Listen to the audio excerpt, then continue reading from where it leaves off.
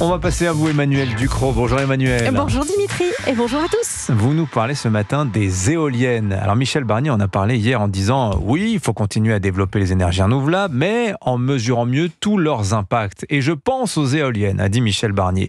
La filière n'a pas aimé, bien sûr. Alors vous avez choisi un cas concret. On part en Bretagne, commune de Porspoder. Il n'y aura pas d'éoliennes comme c'était prévu. Non, la Cour administrative d'appel de Nantes a annulé hier l'autorisation accordée par le préfet du Finistère de construire 3 éoliennes sur cette commune qui n'est pas très loin de Brest, pour une raison typiquement bretonne.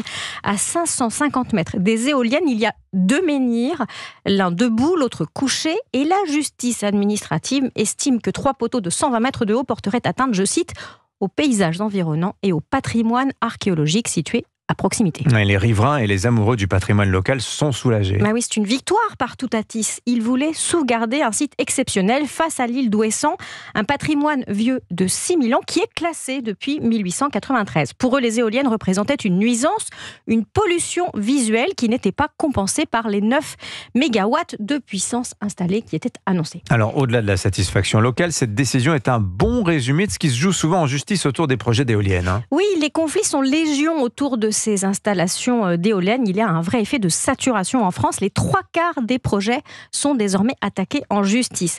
Mais dans ce domaine, le législateur n'a pas tranché entre des intérêts qui sont contradictoires. D'une part, la production d'énergie qui est d'intérêt public et d'autre part, la défense du patrimoine et de l'environnement. 2 sujets qui sont également d'intérêt public. Il a laissé à la justice le soin de décider quel droit prime sur l'autre. Et ça génère tout un tas de conflits. Oui, et jusqu'à une époque récente, les éoliennes avaient toujours le dessus en justice. Mais oui, longtemps, les promoteurs d'éoliennes avaient partie gagnée. Ils étaient portés par la volonté politique d'en implanter partout. En 2018, un décret a même supprimé une voie de recours contre les installations éoliennes, celle des tribunaux administratifs. Tout a été fait pour réduire les chances des opposants d'obtenir l'annulation des projets.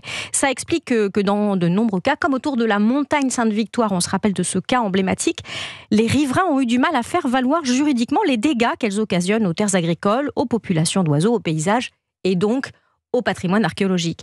Et c'est tout un paradoxe. Longtemps, la logique financière enrobée de bons sentiments décarbonés l'a emporté sur la logique environnementale, jusqu'à cette overdose d'éoliennes. Est-ce que le vent est en train de tourner ? Oui, parce qu'en 2022, le Conseil d'État a rendu une décision importante, une sorte de rééquilibrage entre ces intérêts publics contradictoires que j'évoquais tout à l'heure. Il a estimé que la covisibilité, c'est le terme qu'il emploie, la covisibilité d'éoliennes avec des monuments historiques est un argument suffisant en droit pour écarter ou pour contraindre, c'est-à-dire pour réduire un projet.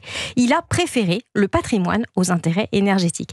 Et c'est grâce à cela que les opposants aux éoliennes de Porspoder ont obtenu gain de cause. C'est cette potion magique juridique qui a sauvé les menhirs. Merci beaucoup, signature Europe 1, Emmanuel Ducrot.